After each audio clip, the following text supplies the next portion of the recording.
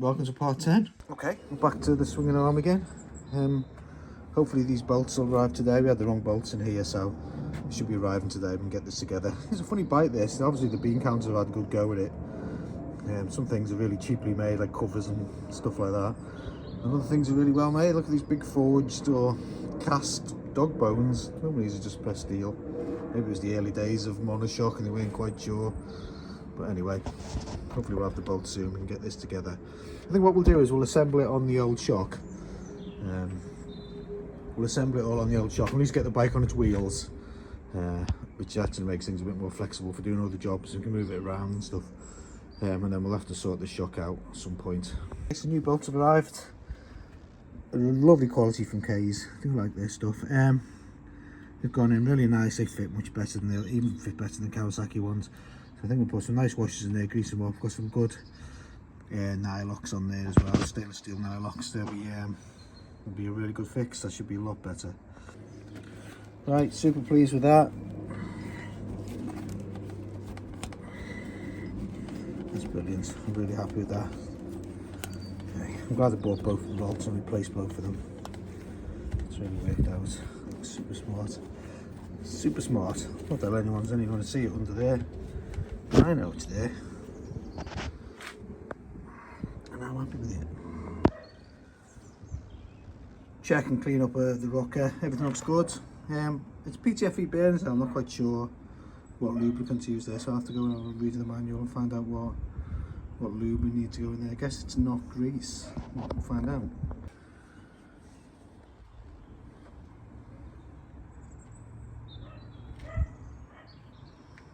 Looking better.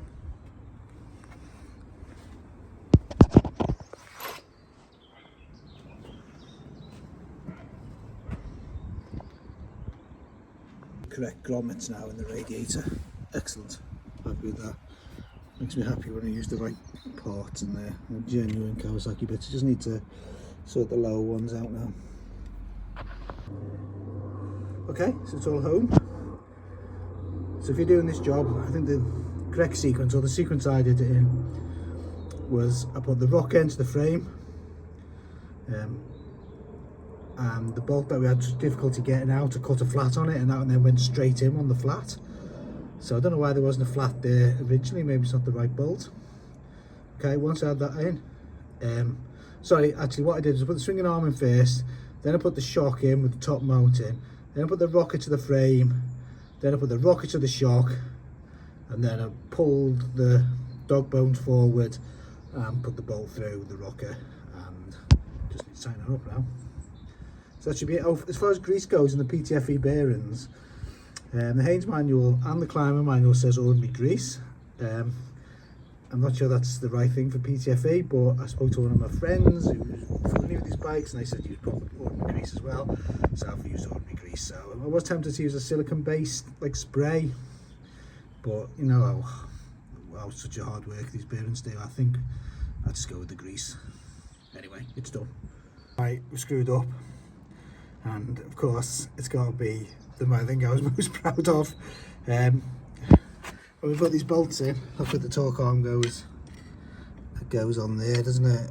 And it goes through there. That's why that's M10 and it's shouldered, because it goes through there. Now the new bolt I ordered that's too short because I didn't take that into account. I have never seen that before. Normally that goes to somewhere on the frame, because what's the point of having a torque arm that goes to the swing arm? You may as well just lock it up here. That's really stupid. That's a really stupid design. That's caught me out. Okay, really caught me out. Right, we're on our wheels again. So apart from that little muck up, we're on our wheels. So I think what we'll do now is I'm going to put the guzzi there. Still take the front off the guzzi. We also want to take the front end off this as well. Yeah, I didn't think that through very well. I want to take the front end off this, put this front end back together properly with the speedo drive in, clean the disc up. We also need access to this side to sort that cover out. This gasket should be here any day. And that's it.